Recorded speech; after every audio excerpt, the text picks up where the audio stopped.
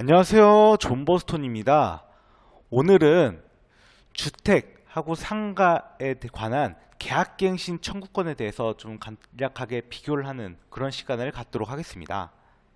보시면 계약갱신 청구권이라는 것은 각각 주택임대차보호법, 제가 이하 주임법이라고 할 거고요. 이것과 상가건물임대차보호법, 이하 제가 상임법이라고 할 건데 여기에 나와 있습니다.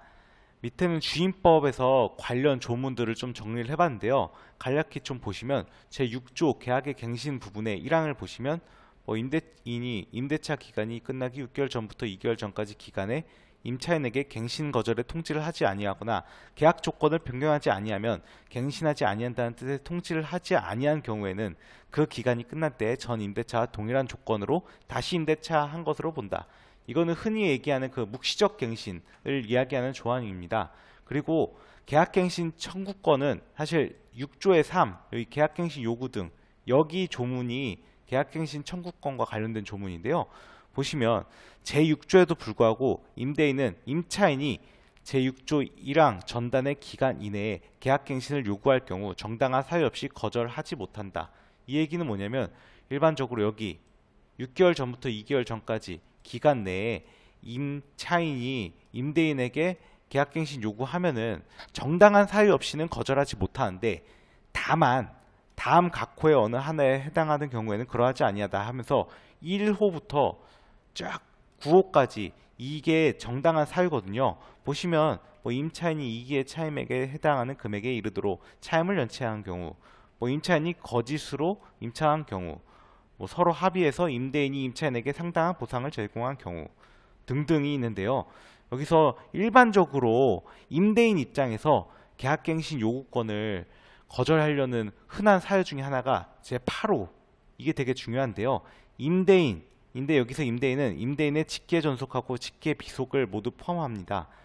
이 임대인이 목적 주택에 실제 거주하려는 경우, 이걸로 인해서 계약갱신 요구권 거절을 하려고 하는데요.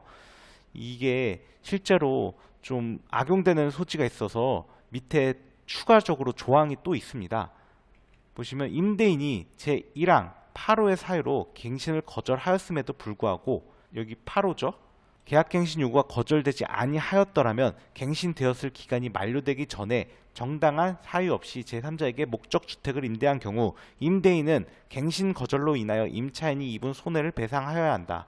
쉽게 얘기해서 갱신 요구가 거절되지 않아야 하였을 때 갱신되었을 기간이 만료되기 전, 그러니까 예를 들어 갱신이 되었을 때 한 2년 정도 추가 갱신 기간이 되었다고 가정을 하면은 이 2년이 만료되기 전에 그 정당한 사유 없이 제3자에게 임대한 경우에는 임대인이 임차인에게 손해를 배상하여야 된다. 이런 조문이 있다는 것이 굉장히 특이한 조문입니다. 그리고 상임법 같은 경우에는 대체로 주임법하고 좀 비슷한데요. 약간 다른 점은 차임액 같은 게 2기가 아니라 3기이고요. 여기 2항의 임차인의 계약갱신 요구권은 최초의 임대차 기간을 포함한 전체 임대차 기간이 10년을 초과하지 아니하는 범위 내에서만 행사할 수 있습니다. 이게 좀 특이한데요. 위에 다시 보시면 임차인, 이게 주임법 관련된 조문에서는 임차인이 1항에 따른 계약갱신 요구권을 1회에 하나여 행사 가능하고, 이 경우에는 존속기간이 2년이거든요. 이것을 제가 표로 밑에서 좀 정리를 해봤습니다. 보시면 계약갱신 통지기간, 주택의 경우에는 임대차 기간 종료 6개월에서 2개월 전에이고, 상가는 임대차 기간 종료 6개월에서 1개월 전입니다. 다시 한번 좀 보시면 주임법에서는 임대인이 임대차 기간이 끝나기 6개월 전부터 2개월 전까지 기간에 갱신 거절 통지를 하지 아니하거나 이런 식으로 나와 있죠. 근데 상임법 같은 경우에는 임대인이 임대차 기간이 만료되기 6개월 전부터 1개월 전까지 사이에 계약갱신을 임차인이 요구할 경우에는 정당한 사유 없이 거절하지 못한다. 이런 식으로 되어 있습니다. 그래서 기간이 좀 다르고요. 차임 연체 기간, 아까 말씀드렸지만 이게 계약갱신 요구권 거절 사유 중에 하나가 있는데요. 이 연체 기간이 주택 같은 경우에는 2기이고 상가는 3기입니다.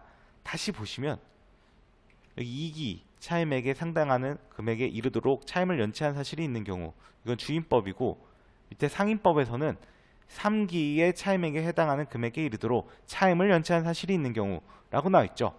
그리고 임대인, 여기 직계 존비속 포함이라고 제가 말씀드렸고, 이게 실거주 목적 존재가 주택에만 있고 상가는 없습니다. 이게 당연하죠. 왜냐하면 실거주라는 것 자체가 주택에만 있는 개념이니까 말이죠. 그리고 계약갱신 요구권 행사 가능 기간이 주택은 딱 1회고, 이 중에서도 1회 하면은 2년밖에 안 되고요. 상가 같은 경우에는 전체 임대차 기간 10년 초과하지 않은 범위 내에서 행사 가능한데, 이것은 10년을 초과하지 않는 범위 내에서라고 이 기간만 정해져 있고 횟수는 제한이 없습니다. 그렇기 때문에 10년이 초과하지 않았다면 횟수는 여러 번 쓸 수 있다라고 보시면 되고요. 그리고 마지막으로 임대인 실거주 목적으로 거절한 후 정당한 사유 없이 제3자에게 임대한 경우에는 손해배상 여부가 있는데, 이것은 주택의 경우에만 존재를 하고요. 상가는 이런 조문이 관련 조문이 없습니다. 그리고 이 주택하고 상가 같은 경우에는 공통점이 하나 있는데요. 여기 보시면 상인법에서도 3항에 갱신되는 임대차는 전임대차와 동일한 조건으로 다시 계약되는 것으로 본다. 다만 차임과 보증금은 제11조에 따른 범위 내에서 증감할 수 있다 라고 나오고, 주임법도 보시면 여기 차임과 보증금은 제7조의 범위 내에서 증감할 수 있다 라고 나와 있는데, 둘 다 주임법이나 상인법이나 5%로 이렇게 나와 있습니다. 그렇기 때문에 이것은 좀 공통점이라고 보실 수가 있겠습니다.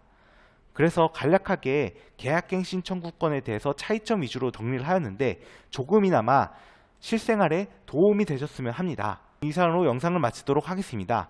시청해 주셔서 감사합니다.